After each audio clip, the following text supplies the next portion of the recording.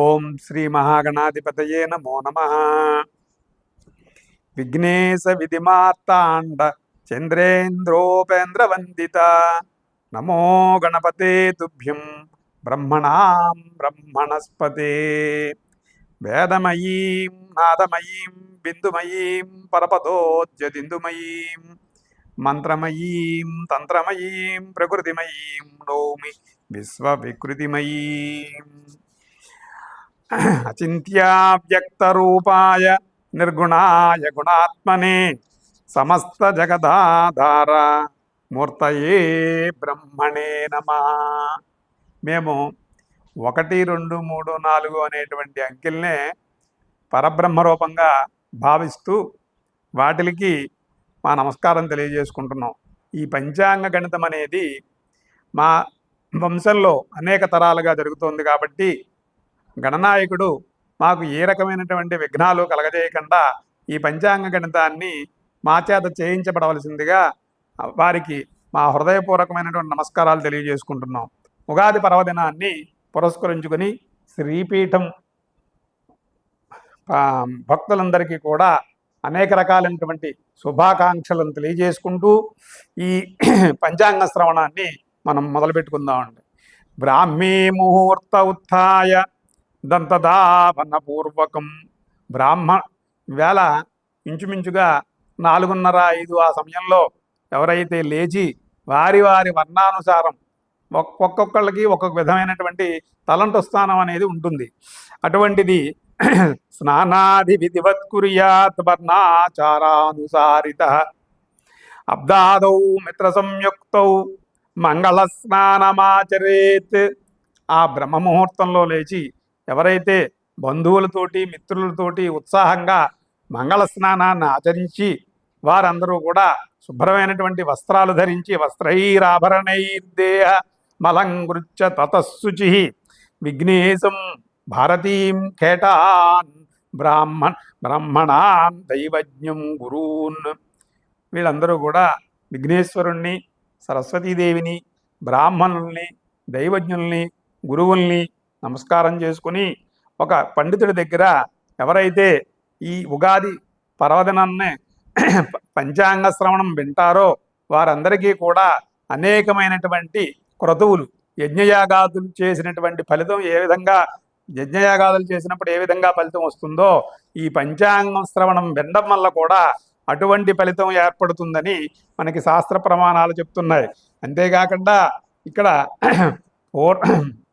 భక్షితం పూర్వయామేష్య కించిద్వర్షాదౌ నింబసుమం శర్కరామల గుతైర్యుతం భక్షితం పూర్వయామేశ్చ తద్వర్షం సౌఖ్యదాయకం.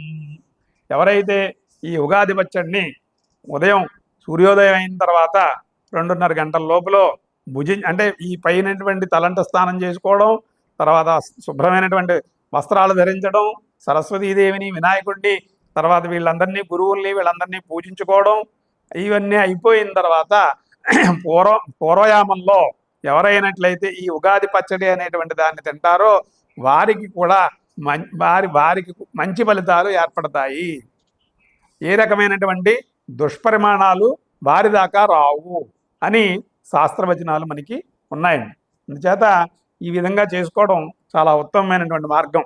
అయితే జ్యోతిష్శాస్త్రం మహాపుణ్యం ప్రత్యక్షం అపిగోపితం చంద్రార్కౌ సాక్షిణౌ తత్ర శ్రౌతస్మార్తాది సాధనం.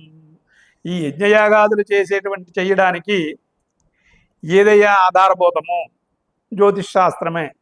ఏది వేళ నక్షత్రం, ఈ వేళ తిథి ఏమిటి, ఈ వేళ కరణం ఏమిటి, ఈ రోజున ఏ రకమైనటువంటి క్రతువును చేసుకున్నట్లయితే మనం శుభఫలితం పొందుతాము అనే విధానంగా తిథేశ్చ శ్రియమాప్నోది. తిథి అనేది శ్రియం, సౌఖ్యము, శ్రియం అనేది ధనము అన్నీ వస్తాయి. తిథేశ్చ శ్రియమాప్నోది వారాదాయుష్యవర్ధనం. వారం వల్ల ఆయుష్ తెలుస్తుంది. నక్షత్రాత్ అర్ధదే పాపం, పాపాలన్నీ తొలగబోతూ ఉంటాయి నక్షత్రాన్ని తెలుసుకుని మనం కార్యక్రమం చేయడం వల్ల. యోగాద్రోగ నివారణం, యోగం వల్ల మనకి రోగ నివారణలో ఏ రోగానికి ఏ రకమైనటువంటిది అనేది కూడా మనకి యోగం తెలుసుకోవడం వల్ల తెలుస్తుంది. కరణాత్ కార్యసిద్ధిశ్చ, కరణాన్ని బట్టి ఏ కార్యాన్ని ఇవాళ చేసినట్లయితే అది మంచి ఫలితం ఇస్తుంది అనేది కూడా కరణం వల్ల తెలుస్తుంది. ఈ విధంగా మనకి ఈ పంచాంగాల వల్ల వచ్చినటువంటి అంగాలు పంచాంగము, ఈ పంచాంగాల వల్లనే తెలుసుకుని, అంటే ఒకరోజు సంవత్సరాది నాడు మాత్రమే తెలుసుకోవాలని కాదు, ప్రతిరోజు సూర్యోదయం తర్వాత సూర్యోదయానికి ముందో ఇవి గ్రహించుకొని ఆ రోజున ఏం చెయ్యాలి అనేది నిర్ణయం చేసుకుని దాని ప్రకారం నడవడం వల్ల మంచి ఫలితాలు ఏర్పడతాయి అని చెప్పేసి దీని యొక్క భావం. అయితే ఈ పంచాంగ శ్రవణం వినడం వల్ల ఏంటంటే శ్రీకళ్యాణ గుణాపహం రిపుహరం దుస్వప్న దోషాపహం గంగా స్నాన విశేష పుణ్యఫలదం గోదాన తుల్యం నృణాం ఆయుర్వృద్ధితముత్తమం శుభకరం సంతాన సంపత్ప్రదం నానాకర్మ సుసాధనం సముచితం పంచాంగమాకర్ణ్యతాం. ఈ పంచాంగాన్ని వినడం వల్ల ఇటువంటి ప్రయోజనాలన్నీ కూడా మనకి సిద్ధిస్తాయి అని శాస్త్రవచనం. అయితే మనం పంచాంగ శ్రవణాన్ని వినేటప్పుడు ముందుగా మనం బ్రహ్మగారి యొక్క ఆయుర్దాయాన్ని తెలుసుకొని ఆ తర్వాత ఈ సంవత్సరంలో ఏర్పడేటువంటి కృత సుకృతాలు ఏ విధంగా ఉన్నాయి, గ్రహాల వల్ల మనకి వచ్చేటువంటి ఫలితాలు ఏమిటి అనేది మనం తెలుసుకోవాలండి. ఇప్పుడు అస్య బ్రహ్మణ సౌరమానేన సృష్ట్యాది గత సౌరాబ్ధ, ఇప్పటికీ సౌరమానవ సంచేత ఎన్ని సంవత్సరాలు గతించాయి అంటే 155,525,58,85,127 సంవత్సరాలు మనకి పూర్తయ్యాయండి. అంతేకాకుండా సప్తమంలో, సప్తమే వైవస్వత మన్వంతరే, వైవస్వత మన్వంతరంలో సప్తమైనటువంటి 7వదైనటువంటి వైవస్వత మన్వంతరంలో 27 మహాయుగాన్ని గతాని, 27 యుగాలు గతించిపోయాయి.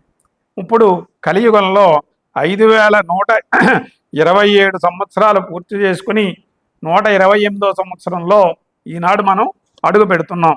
అయితే ఇంకా వైవస్వత మన్వంతరంలో ఇంకా ఎన్ని సంవత్సరాలు ఉన్నాయ్యా అంటే 18,81,86,873 సంవత్సరాలు ఉన్నాయి. ఇంకే కాకుండా మనం శాలివాహన సంఖ్యంగా కూడా మనం సంవత్సరాలను గుర్తిస్తూ ఉంటాం. ఆ విధంగా ఈవేళకి నిన్నటికి 1948 సంవత్సరాలు పూర్తయిపోయాయి. ప్రభవల గాయతు ఉండేటువంటి 60 సంవత్సరాల్లోనూ 39 సంవత్సరాలు పూర్తయిపోయాయి. ఈ విధంగా మనం కాలగణన చేసుకుంటూ వస్తూ ఉన్నట్లయితే మనం ఇప్పుడు మన భారతదేశంలో, మన ఆంధ్రప్రదేశ్లో ప్రధానంగా సౌరము చాంద్రము కలిసినటువంటి చాంద్రమానాన్ని మనం వాడుతూ ఉంటాం. స్వాభావికంగా చాంద్రమానం అని చెప్తున్నప్పటికీ కూడా సౌరముతో కూడినటువంటి చాంద్రమానాన్ని మాత్రమే మనం ఇక్కడ పరిగణిస్తూ ఉంటాం. ఆ విధంగా దాస్మిన్ దేశే లోక వ్యవహారార్థో చాంద్రమానార్థో గ్రాహ్య, అక్కడ ఆ విధంగా చేసినప్పుడు ఈ సంవత్సరానికి మనకి పరాభవనామ సంవత్సరము అని పేరు. ఈ పరాభవనామ సంవత్సరంలో మనం ఈ విధంగా చూస్తూ ఉంటే కాశీ ప్రాంతాల్లో ఈ సంవత్సరానికి శ్రీ రౌద్రనామ సంవత్సరము అని పేరు. అదేవిధంగా ఫలాన్ని మనం గ్రహించుకుని చేస్తున్నప్పుడు ఈ సంవత్సరానికి పౌషాబ్దము అనేటువంటి పేరు.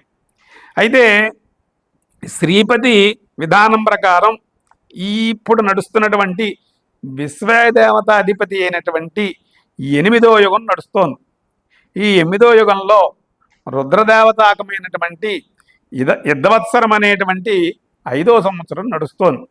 ఈ పరాభవనామ సంవత్సరం అస్మిన్ వత్సరే రజత దానం మహాఫలం. రజతాన్ని ఎవరైతే దానం చేసుకుంటారో వాళ్ళకి విశేషమైనటువంటి ఫలితాలు సంభవిస్తూ ఉంటాయి అని చెప్పి విష్ణు ధర్మోత్తరంలో మనకి తెలియజేస్తోంది. అలాగే ఈ సంవత్సరానికి ఫలితంగా చెప్పినప్పుడు స్వల్పోదకం పంచమమబ్దయుక్తం, స్వల్పమైనటువంటి వర్షాలు కురుస్తాయి అని చెప్పి చెప్పబడింది.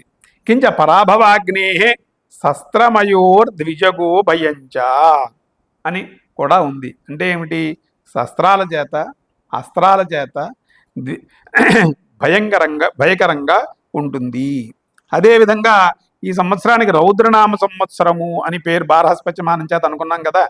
ఈ బారహస్పత్యమానం చేత రౌద్రనామ సంవత్సరం అవడం వల్ల రౌద్రము కలిగి వినాశనం ఏర్పడుతుంది అని చెప్పి వరాహ సంహితాకారుడు మనకి తెలియజేశాడు. అయితే ఈ పరాభవనామ సంవత్సరం యొక్క ఫలితాన్ని మనం గ్రహించుకున్నప్పుడు పరాభవాబ్దే రాజాన ప్రాప్నువంతి పరాభవం భవంతి క్షుద్రధాన్యాని ప్రభూతాని సువృష్టయ. అంటే ఏంటి? పాలకులందరూ కూడా తరచుగా పరాభవానికి గురి కాబడుతూ ఉంటారు. చిరుధాన్యాలు బాగా పండుతాయి, సువృష్టికరంగా ఉంటుంది.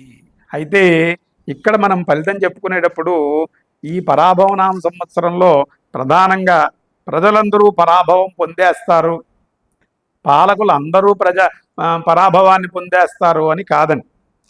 ఎవరైతే అధికార మతంతో ఇతరులని ఇబ్బందికి గురి చేసేటువంటి వ్యక్తులు, సంస్థలు, దేశాలు, దేశాధిపతులు వీళ్ళు ఖచ్చితంగా పరాభవం పొందడానికి ఈ సంవత్సరం గురి కాబడతారు అని చెప్పడానికి మనకి శాస్త్రంలో చాలా అవకాశాలు ఉన్నాయి. కాబట్టి అహంభావానికి గురి కాకుండా ఏర్పడినది భగవంతుని ప్రసాదంగా గ్రహించే వారందరికీ కూడా అన్ని రకాలైనటువంటి సుఖ సౌఖ్యాలు, అందుకనే సువృష్టయ అనేటువంటి మా పదం కూడా మనకి ఏర్పడడానికి కారణం ఏంటంటే సుఖ సౌఖ్యాలు తప్పనిసరిగా సిద్ధిస్తాయి. అయితే ఇక్కడ మనకి ఈ సంవత్సరం ఈ విధమైనటువంటి ఫలితం చెప్పుకోవడానికి ప్రధానమైన కారణం ఏంటంటే సంవత్సర ప్రారంభమే మనకి దీన్ని ఏమంటారు, కాలసర్పయోగంలో ప్రారంభమైంది. ఈ కాలసర్పయోగంలో ఎప్పటిదాకా ఉంది? ఉగాది దగ్గర నుంచి మించుమించు నెల రోజుల నుంచి ప్రారంభమయ్యి జూలై 10వ తారీఖు వరకు మనకు ఉంది. దీనివల్ల వచ్చే ఇబ్బంది ఏంటంటే ఎక్కడ వర్షాలు అవసరం అవుతాయో అక్కడ కురవవు. కాకినాడ టౌన్లో వర్షాలు కురుస్తాయి, లేకపోతే రాజమండ్రి టౌన్లో వర్షాలు కురుస్తాయి, రాజమండ్రి పక్కన ఉన్నటువంటి ప్రాంతాల్లో వర్షాలు కురవవు. అంటే ఎక్కడ వ్యవసాయానికి అవసరమో అక్కడ కురవవు, ఎక్కడ అవసరం లేదో అక్కడ కురుస్తాయి. అది ఈ కాలసర్పయోగం వల్ల ఏర్పడేటువంటి ఫలితం. ఈ విధంగా మనకి ఈ పరాభవనామ సంవత్సర ఫలితం చెప్తూ ఉంటే బారహస్పత్యమానం చేత రౌద్రనామ సంవత్సరం అన్యోన్యన్న ప్రసంక్షోభ చోరవ్యాఘ్రాధిభిర్భయం మధ్యవుష్టిరనర్ఘత్వం రౌద్రాబ్దే మధ్యమం బలం. రాజులకు పరస్పరము సంక్షోభంగా ఉంటుంది. వ్యాఘ్రాదులు అంటే పులులు ఇటువంటి వాటి వల్ల భయం కలుగుతూ ఉంటుంది. మధ్యమైనటువంటి వృష్టి కలిగి ధరలు హెచ్చుగా ఉంటాయి, మధ్యమ ఫలితం కల్పిస్తుంది.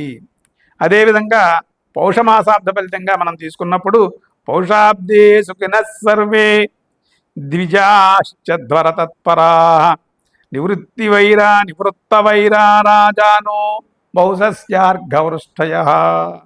ఈ పౌషాబ్దం వల్ల ప్రజలందరూ కూడా సుఖంగా ఉంటారు. ద్విజులు వారి వారి విధుల్లో వారు నిమగ్నమై ఉంటారు. పాలకులకు విరోధాలు లేకుండా ఉంటాయి.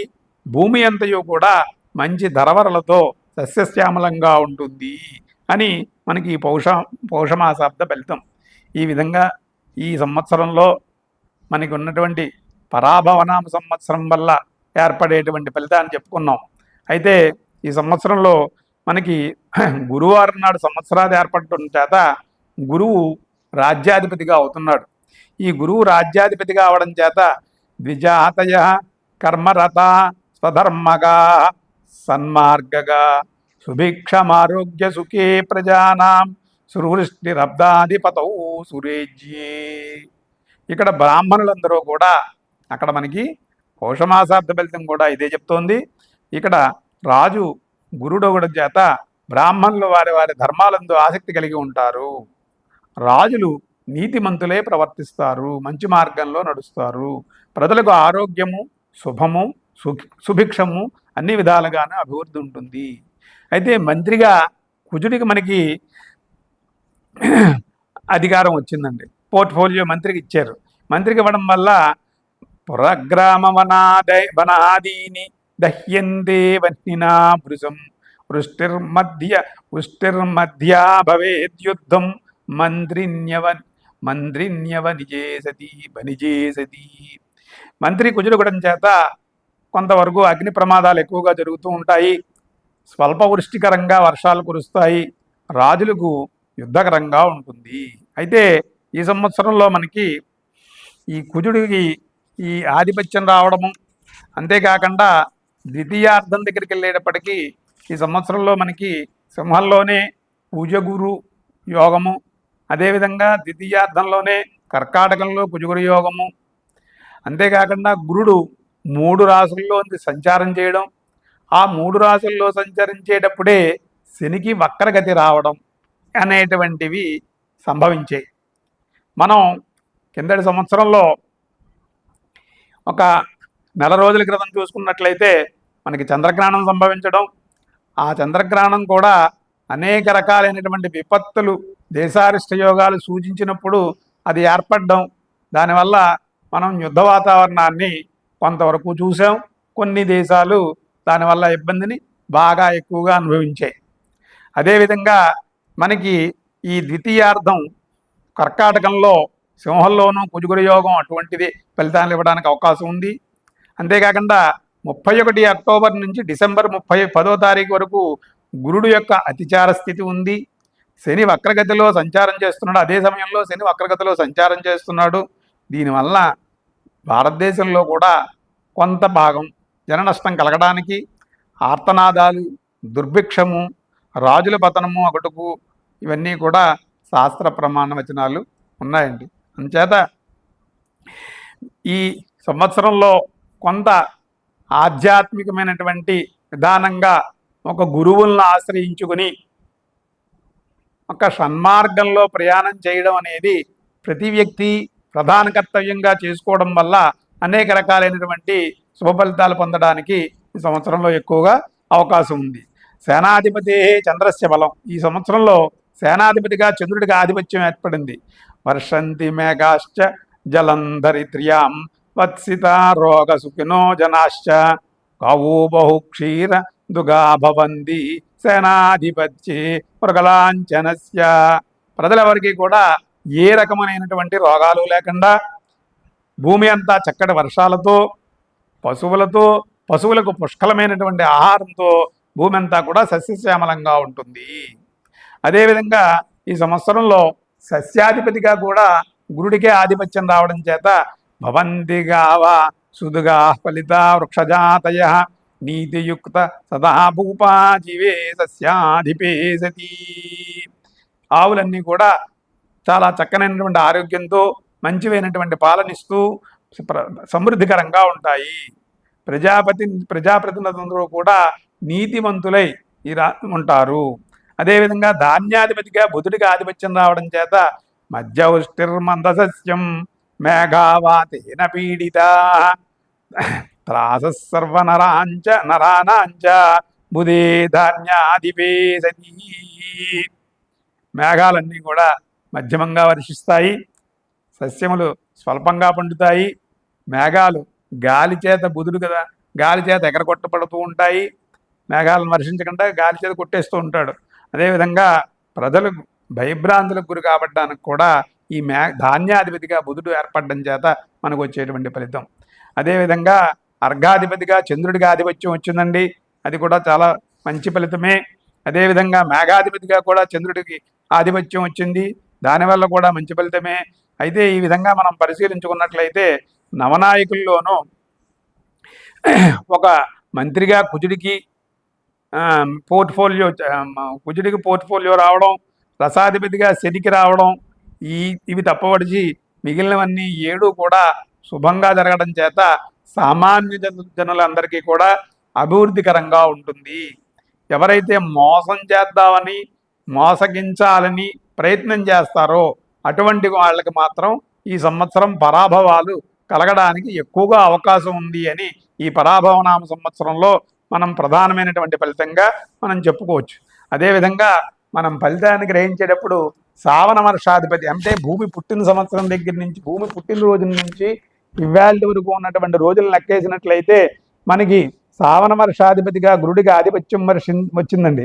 ఈ గురుడికి ఆధిపత్యం రావడం మళ్ళీ కూడా అంటే మనకి ఇంచుమించుగా గురుడికి ఆధిపత్యం చాలా చోట్ల వస్తోంది. సో ఇలా రావడం వల్ల వర్షాధిపతౌ జీవే వర్షాధిక్యం ఈ సర్వసస్యానాం ధాన్యార్ఘ వృష్టి ఋతుల సుభిక్ష మర్ఘసుఖం ద్విజాతీనాం అని. అంటే ఏమిటి?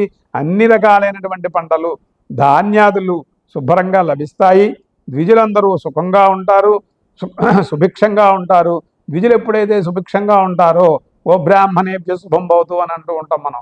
ద్విజులు ఎప్పుడైతే సుభిక్షంగా ఉంటారో సుఖంగా ఉంటారో దేశం సుభిక్షంగా ఉన్నట్లే అని అక్కడ అర్థం మనం చేసుకోవాలి. అంతేకాకుండా ఈ సంవత్సరం మనం ఫలితాలు గ్రహించేటప్పుడు ఈ సంవత్సరంలో శ్రీకృష్ణుడు పశుపాలకుడు అయ్యాడండి. పశువుల్ని గోష్ఠ ప్రాపకుడు, పశువుల్ని పాలించేవాడు కూడా బలరాముడు అయ్యాడు. పశువుల్ని విడిపించేవాడు మళ్ళీ శ్రీకృష్ణుడే అయ్యాడు. ఏ విధంగా అయినప్పటికీ శ్రీకృష్ణుడైనా బలరాముడైనా శ్రీకృష్ణుడికి ఆధిపత్యాలు వచ్చినట్లుగా మనం గ్రహించుకోవచ్చు. దానివల్ల అన్ని రకాలైనటువంటి పంటలు సమృద్ధిగా పండుతాయి, అన్నీ బాగుంటాయి అనేటువంటి ఫలితాన్ని మనం గ్రహించుకోవడానికి అవకాశం ఉంటుంది. అదేవిధంగా ఈ సంవత్సరంలో 4 కుంచాల వర్షం కురుస్తుందండి. ఈ 4 కుంచాల వర్షం కురవడం వల్ల మధ్యమ వృష్టికరము అని దాని ఫలితం మనం చెప్తూ ఉంటాం. ఇక్కడ ఈ 4 కుంచాల్లోనూ 8 భాగాలు సముద్రం పైన పడుతూ ఉంటే పర్వతాల మీద 9 భాగాలు పడుతోంది, భూమి మీద 3 భాగాలు వర్షిస్తోంది. ఈ పర్వతాలపై పడేటువంటి వర్షం కూడా భూమి పల్లానికి చేరవలసిందే కదండి. అంచేత దానివల్ల కూడా మనకి ప్రయోజనం ఉంటుంది. ఈ విధంగా మనకి ఈ కొంచెం వల్ల వచ్చినటువంటి ఫలితాన్ని కూడా మనం ఈ సంవత్సరం చెప్పుకోవడానికి అవకాశం ఉంది. అదేవిధంగా 16 వీసాల పంటలో 9 వీసాల పంట మనకి చేతికి వస్తుందండి.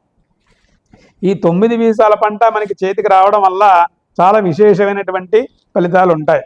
అదేవిధంగా ఈ సంవత్సరంలో మనకి ప్రధానంగా గురుమూఢం 14 జూలై దగ్గర నుంచి 12 ఆగస్టు వరకు గురుమూఢం ఉందండి. శుక్రమూఢం చాలా చిన్నది.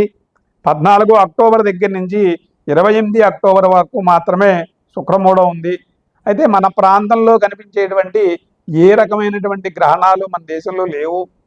మన దేశంలో గ్రహణాలు లేవు కాబట్టి మనకి ఉత్పాతాలు తక్కువగానే ఉంటాయి అని చెప్పి 100% మనం చెప్పుకోవడానికి అవకాశం ఉంది.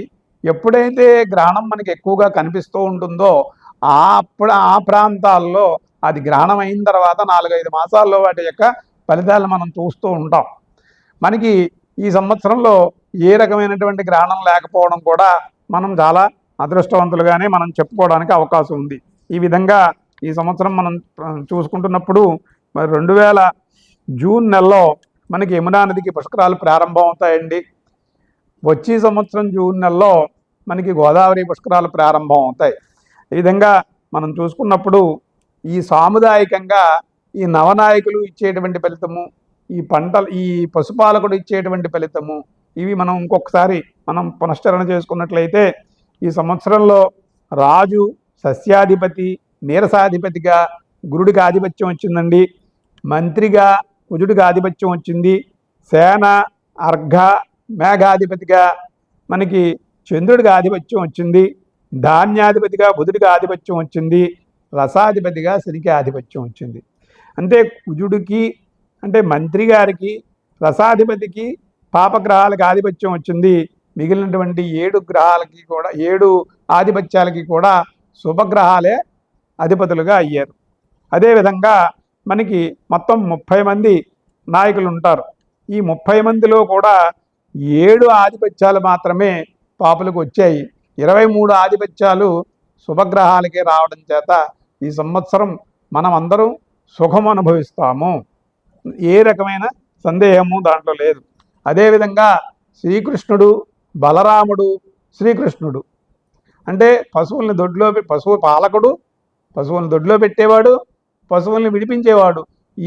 ఈ మూడిటికి కూడా శుభులకే ఆధిపత్యం రావడం చేత పశువులు ఎప్పుడైతే సుఖంగా ఉంటాయో ప్రజలందరూ సుఖంగా ఉంటారు అనేటువంటి భావాన్ని మనం అర్థం చేసుకోవడానికి అవకాశం ఉంటుంది. అదేవిధంగా 4 కుంచాల వర్షం ఎక్కువ కురిసినా ఇబ్బందే, తక్కువ కురిసినా ఇబ్బందే. 4 కుంచాల వర్షం అవడం చేత మధ్యమ వర్షాలు మనకి చక్కగా పడతాయి. దాంట్లో కూడా 9 భాగాల పర్వతాల మీద పడితే 3 భాగాలు భూమి మీద పడుతున్నాయి. 9, 3, 12 భాగాల్లో ఇంచుమించు 10 భాగాలు మనకు ఉపయోగపడతాయని చెప్పుకోవడానికి అవకాశం ఉంది. అదేవిధంగా ఈ సంవత్సరంలో బ్రాహ్మణ్ చేతిలో ఎక్కువగా కొంచెం ఉంటుంది. దానివల్ల కొద్ది సామాన్యమైనటువంటి ఫలితం అయినప్పటికీ కూడా వర్షాలు కాలోచితంగా కాకుండా ఈ సంవత్సరంలో ప్రధానంగా వర్షాలు కురవడం ఎలా ఉంటాయి అంటే, మనకి మామూలుగా ఇంచుమించు ఆషాఢ మాసం దగ్గర నుంచి ఆషాఢస్య ప్రథమ దివసే అని చెప్పేసి మనం అనుకుంటాం. ఎందుకంటే ఆషాఢ మాసం దగ్గర నుంచి మనం ఎక్కువగా వర్షాలు కోరుకుంటున్నప్పటికీ ఈ సంవత్సరంలో వైశాఖంలో కొన్ని వర్షాలు ఉండడానికి అవకాశం ఉంది. నిజజ్యేష్ఠ ఆషాఢ బహుళాలందు శ్రావణ భాద్రపదాలందు సామాన్యమైనటువంటి వర్షాలు మనకి బాగానే కురుస్తాయి. తూర్పు వానలో వచ్చినట్టుగా వచ్చి వెళ్ళిపోతాయి తప్పవడిచి ఎక్కువగా తూర్పు వానలు కురిసేటువంటి అవకాశం ఈ సంవత్సరం కూడా లేదు. నిరుడు కూడా మనకి ఏ రకమైనటువంటి తూర్పు వానలు పడలేదు. అదేవిధంగా 16 వీసాల పంటలో 9 వీసాల పంట మనకి లభిస్తుందండి. పూర్వ సస్యాల కంటే ఉత్తర సస్యాలే సమృద్ధిగా ఫలిస్తాయి. అదేవిధంగా ఎక్కువగా చిరుధాన్యాలు ఈ సంవత్సరం ఎక్కువగా పండడానికి అవకాశం ఉంది. ఈ సంవత్సరంలో మనకి ఏ రకమైనటువంటి గ్రహణాలు లేవు. ఈ సంవత్సరంలో యమునా నది ప్రాంతానికి యమునా నదికి మనకి పుష్కరాలు జరుగుతాయి 2 జూన్ దగ్గర నుంచి. వచ్చే సంవత్సరంలో మనకి ఇంచుమించుగా జూన్ నెల నుంచి పుష్కరాలు ప్రారంభం అవుతాయండి. అది ఈ సంవత్సరం యొక్క కూలంకుషంగా ఈ సంవత్సరం యొక్క ఫలితాలుగా చెప్పుకున్నాం. అయితే వచ్చే సంవత్సరంలో ఏర్పడేటువంటి అనావృష్టి యోగాల గురించి కూడా మనం ఒకసారి తెలుసుకున్నప్పుడు, ఈ అనావృష్టి యోగాల్లో పెద్దవైనటువంటివి ఏంటయ్యా అంటే మనం జాగ్రత్తగా ఉండవలసినటువంటివి 12 నవంబర్ దగ్గర నుంచి 24 జనవరి వరకు సింహే కుజుగుర యోగము అనేది ఉంది. అదేవిధంగా 9 ఫిబ్రవరి నుంచి వత్సరాంతం వరకు కర్కాటకే కురుగుజ యోగము అని ఉంది. అదేవిధంగా ఈ సంవత్సరంలో మనకి ప్రధానంగా చెప్పుకోవాలంటే ఈ కాలసర్పయోగం ప్రారంభంలో ఉంది. దాని తర్వాత అక్టోబర్ నెలలో గురుడి యొక్క అతిచార పరిస్థితిని మనం కొంత సమర్థించుకోవాల్సినటువంటి అవసరం ఉంది. సో మిగతా దేశమంతా కూడా సుభిక్షంగా ఉంటుంది. అయితే ఈ సంవత్సరంలో ప్రధానంగా మనం ఫలితాలు గ్రహించుకున్నప్పుడు మంచి నిర్ణయాలు కేంద్ర రాష్ట్ర ప్రభుత్వాలు తీసుకుంటాయని మనకి వర్షలగ్నం జగల్లగ్నం తెలియజేస్తోంది. తర్వాత ఇరుగు పొరుగు రాష్ట్రాల చేత మన రాష్ట్రానికి తరచూ ఏదో రకమైనటువంటి వివాదాలు కొనసాగేందుకు అవకాశం కనిపిస్తోంది. ఇవి ఒక్కొక్కసారి సమర్థించుకోలేక ప్రజల్లో అపకీర్తిని కూడా పొందుతారు అనేటువంటి భావన మనకు కనిపిస్తోంది. అయితే వాహనాధిపతి చంద్రుడు జలరాజునందు మేనమందు స్థితి పొందుడి చేత కారకుడు శుక్రుడు మేషగతుడై చంద్రునికి బుధయుతి చేతను వర్షాలు అవసరం లేని ప్రాంతాల్లో ఎక్కువగా ఉండి అవసరమైనటువంటి ప్రాంతాల్లో వర్షాలకే ఎదురుచూచు స్థితులు ఉంటాయి. అదేవిధంగా గృహ నిర్మాణ పనులు ప్రాజెక్టు పనులు నెమ్మదిగా సాగుతాయి. ధనభాగ్యాధిపతులు పరస్పరము కేంద్ర స్థితిచే ఆదాయాలు వృద్ధి చెందుతాయి. రుణాలను చాలా వరకు తగ్గించుకోగలుగుతారు. తర్వాత ఈ బుధుడు పెచ్చు మీరు వ్యయాలు చాలా ఎక్కువ అవడానికి అవకాశం ఉంటుంది. అయితే రాష్ట్రీయ ఖర్చులను నెమ్మదిగా సమర్థించుకుంటారు. ఖర్చులు ఎక్కువ అవుతున్నప్పటికీ కూడా మెల్లిగా ఖర్చుల్ని సమర్థించుకునే ప్రయత్నాలు పాలకులు చేసుకుంటారు. ఈ విధంగా ఈ సంవత్సరంలో కొన్ని విశేషమైనటువంటి ఫలితాలు ఉన్నప్పటికీ భారతదేశం అంతా కూడా సుఖ సౌఖ్యాలతోటి ఉంటుంది అని చెప్పడానికి చాలా అవకాశం ఉంది.